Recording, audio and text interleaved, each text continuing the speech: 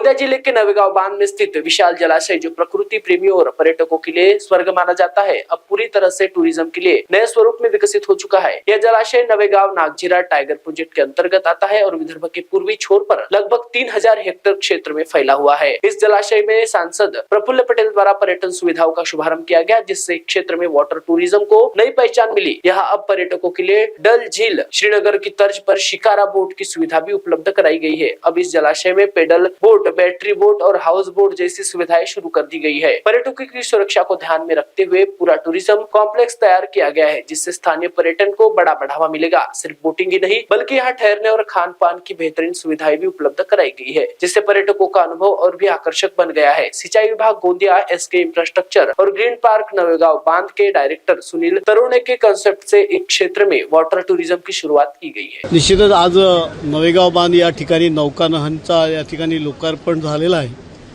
माननीय प्रफुल्लभाई पटेल साहेब यांच्या हस्ते झालेला आहे आणि निश्चितच मला वाटते नवेगांव बांधचं प्रचंड मोठं पोटेन्शियल या ठिकाणी आहे। अत्यंत सुंदर पद्धतीने या ठिकाणी नौकानयन होणार आहे आणि या ठिकाणी पर्यावरण सदृश्य सगळ्या इलेक्ट्रिक बोटिंग्स वगैरे असतील, त्याच्यामुळे नक्कीच या भागाचा विकास होईल। रिसॉर्ट अत्यंत सुंदर पद्धतीने होत आहे। त्याचबरोबर आता या ठिकाणी अजून 50 कोटी रुपये खर्च करून संपूर्ण नवेगांव बांध क्षेत्राचा विकास करण्याचा आणि अत्याधुनिक सोयी सुविधा निर्माण करण्यासाठी शासनाच्या माध्यमातून या ठिकाणी आता पुढचा प्रोजेक्ट पण सुरू होणार आहे। त्याच्यामुळे या ठिकाणी अनेक लोकांना रोजगाराच्या प्रचंड मोठ्या संधी या ठिकाणी निर्माण होतील आणि आज या ठिकाणी नौकानयनचं पण या ठिकाणी लोकार्पण करत असताना या सगळ्या गोष्टी नवेगांव बांधचा या देशाच्या नकाशावर कशा पद्धतीने नाव येणार आहे यासाठी माननीय मुख्यमंत्री महोदयांच्या नेतृत्वात, माननीय पर्यटन मंत्री महोदयांच्या नेतृत्वात, आदरणीय प्रफुल्लभाई पटेल या सगळ्यांच्या नेतृत्वामध्ये या ठिकाणी काम करत आहोत। सर, पाहिलं की दलझीलसारखं आपण या ठिकाणी देखील पर्यटन सुरू करू शकतो, काय सांगाल एकंदरीत? ॲक्च्युली नवेगांव बांध जो आहे हा स्वतःमध्ये खूपच सुंदर आहे।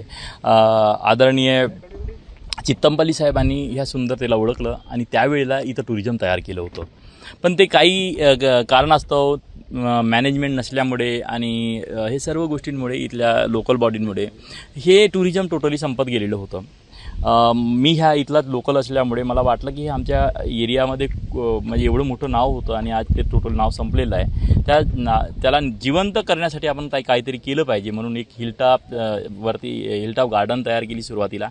ॲटोमॅटिक त्या हिलटॉप गार्डनमुळे पर्यटक वाढायला लागलं। मग जेवणांची कॅन्टीनची व्यवस्था केल्यात आणि हळूहळू एक व्यवस्था केल्यात। मग मला वाटलं एवढं सुंदर नैसर्गिक हे स्थान आहे, एवढं डॅम आहे, ह्या डॅममध्ये एक चांगली बोटिंग सर्व्हिसेस चालू करायची आणि मग इथला जो निसर्ग आहे ह्या बोटिंग सर्व्हिसेसच्या म्हणजे डॅमचा जो निसर्ग आहे असा त्याचा फील होतो डल झीलसारखं।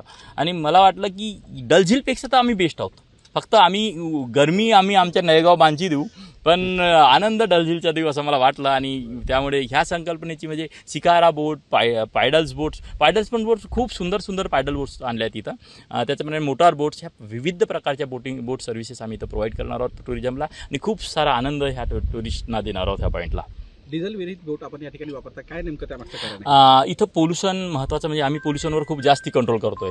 म्हणजे आपल्या याच्यामध्ये पोल्युशन हा नको, म्हणजे इथं प्लॅस्टिक नको, इथं मासोळ्यांना त्रास नको, पक्ष्यांना त्रास नको, ह्या सगळ्या गोष्टींना आम्ही बघतोय। इथं साऊंड प्रूफ आणि पोल्युशन प्रूफ बोट्सचा आम्ही वापर करणार आहोत मॅक्झिमम। आता ही जी शिकारा बोट आहे ही इलेक्ट्रिकलवर चालणारी बोट आहे, इथं साऊंड पण नाही आहे, फक्त बोटिंगचा आनंद आहे। त्याचप्रमाणे एक मोटार बोट आहे, ती पण आमच्याकडे सुजुकी कंपनीची आम्ही मोटार यूज करतो, ते पण पेट्रोलवर असतो, तिथं ऑइल वगैरेचा कुठंच वापर नसतो, त्यामुळे पोल्युशनचा विषयच नाही। इंटरनॅशनल स्टँडर्डच्या मोटार आम्ही वापरतोय, त्यामुळे ह्या बोट पण एकदम स्टँडर्ड लेवलच्या आहेत। आज आमच्या गोंदिया जिल्ह्याच्या एक अत्यंत म्हणजे रमणीय आणि नैसर्गिक स्थान नवेगांव बांध आहे। इथून या जलाशयामधून इरिगेशन पण होत आहे। इथे मासेमारीसुद्धा मोठ्या प्रमाणामध्ये इथल्या संस्था करत असतात। सोबत इथे वन आणि इत्यादी जे काही निसर्गाने चांगले स्थळ दिलेले आहे हे आजूबाजूला आहे आणि MTDC कडून सुंदरसा अत्याधुनिक रिसॉर्टसुद्धा बांधलेला गेलेला आहे। आणि त्यामुळे पर्यटक नवेगाव बांधला पूर्वीपासूनच यायचे. इनफॅक्ट याचा पूर्वीचा म्हणजे जे ख्यातीचा नाव होता डॉक्टर सलीम अली बर्ड सँच्युरी म्हणून. हे अख्खा भारतामध्ये जगामध्ये प्रसिद्ध आहे. आपल्याकडे सीजनल अनेक पक्षी परदेशातून सुद्धा या परिसरामध्ये येत असतात. म्हणून याच्या पूर्वीचं नाव आहे डॉक्टर सलीम अली बर्ड सँच्युरी.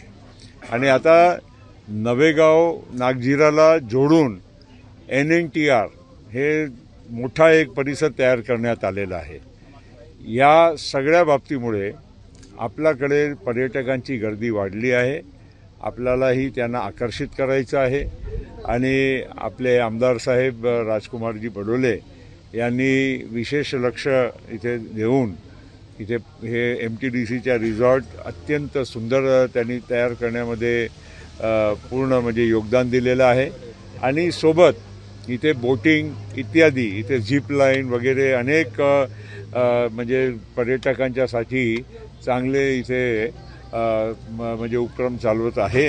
हे आपल्यासाठी अतिशय आनंदाची गोष्ट आहे. आणि म्हणून नवेगाव नागझिरा टायगर रिझर्वसह या पूर्ण परिसराला सगळ्या बाबतीत आपल्याला टुरिझम फ्रेंडली करायचं आहे, इको फ्रेंडलीसुद्धा करायचं आहे. म्हणून इलेक्ट्रिक बोट आहे इथे, पॅडल बोट आहे, त्याच्यामध्ये कुठलाही प्रदूषणसुद्धा होणार नाही याची पण काळजी घेतली आहे.